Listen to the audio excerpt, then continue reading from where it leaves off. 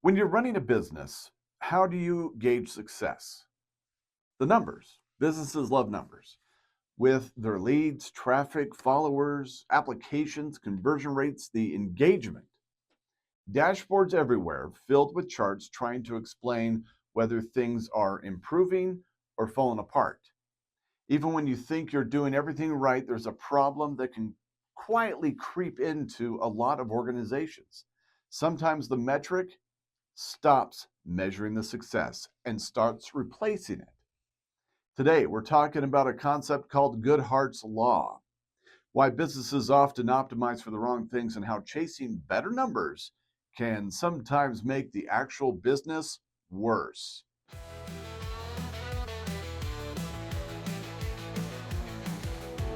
The dealer download powered by RS&I. One of the most dangerous things in business is improving a number that no longer means what you think it means. And honestly, I've fallen into this trap myself.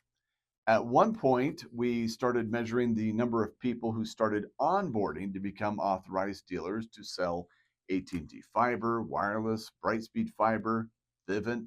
At first, it seemed logical. Someone could move into onboarding fairly quickly after submitting an application, so it was fast. It was a much faster way to measure momentum. The problem was, once onboarding became the scorecard, behavior started changing around the metric itself. Some newer people would move these prospects to onboarding almost automatically without fully vetting whether they were actually a good fit to become successful dealers. The number improved, but the metric was slowly becoming disconnected from the real goal, which was creating successful active dealers to sell AT&T fiber, AT&T wireless, Brightspeed fiber, not starting more onboarding applications. I'm your host, Michael Shiverdecker, and this is the Dealer Download powered by RS&I.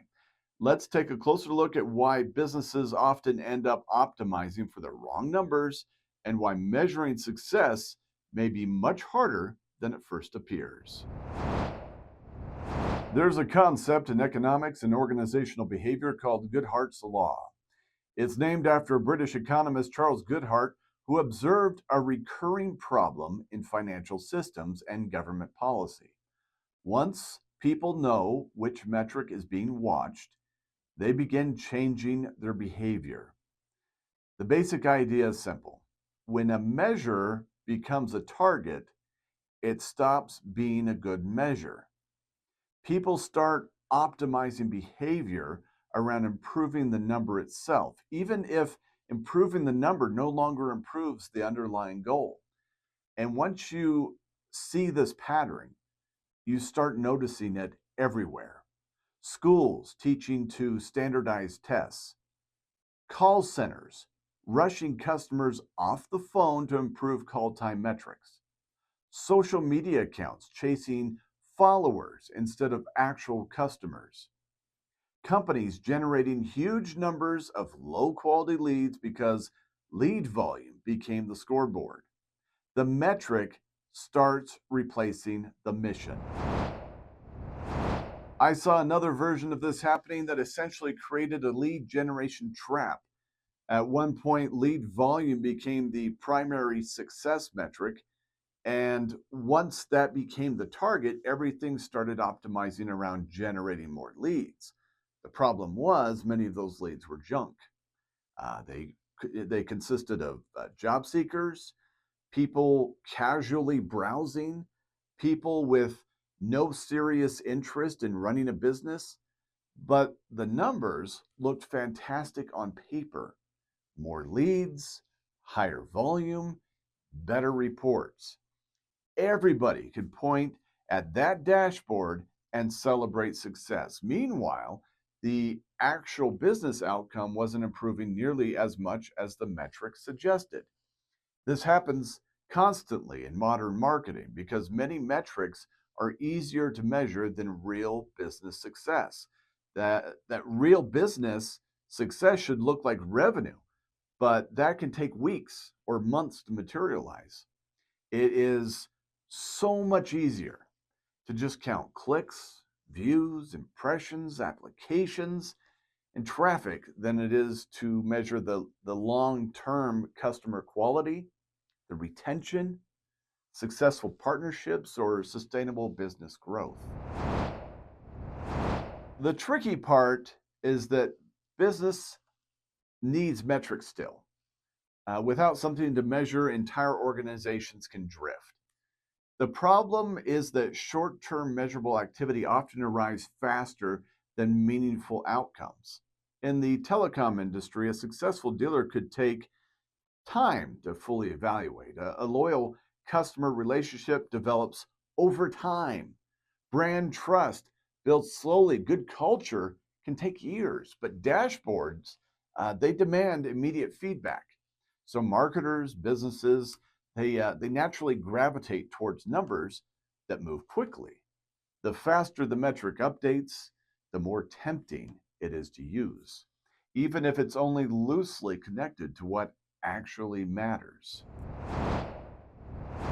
This is where this particular topic becomes especially interesting for me because artificial intelligence is making optimization dramatically easier, and it could make things worse. Companies can now optimize ad targeting, content production, engagement metrics, campaign testing, automation workflows, and conversion funnels. And that's where the danger lies because AI can make your reporting so much faster. The wrong metric can scale bad incentives so much faster. An AI system does not inherently understand good customers, healthy partnerships, long term trust, or sustainable growth. It understands optimization targets.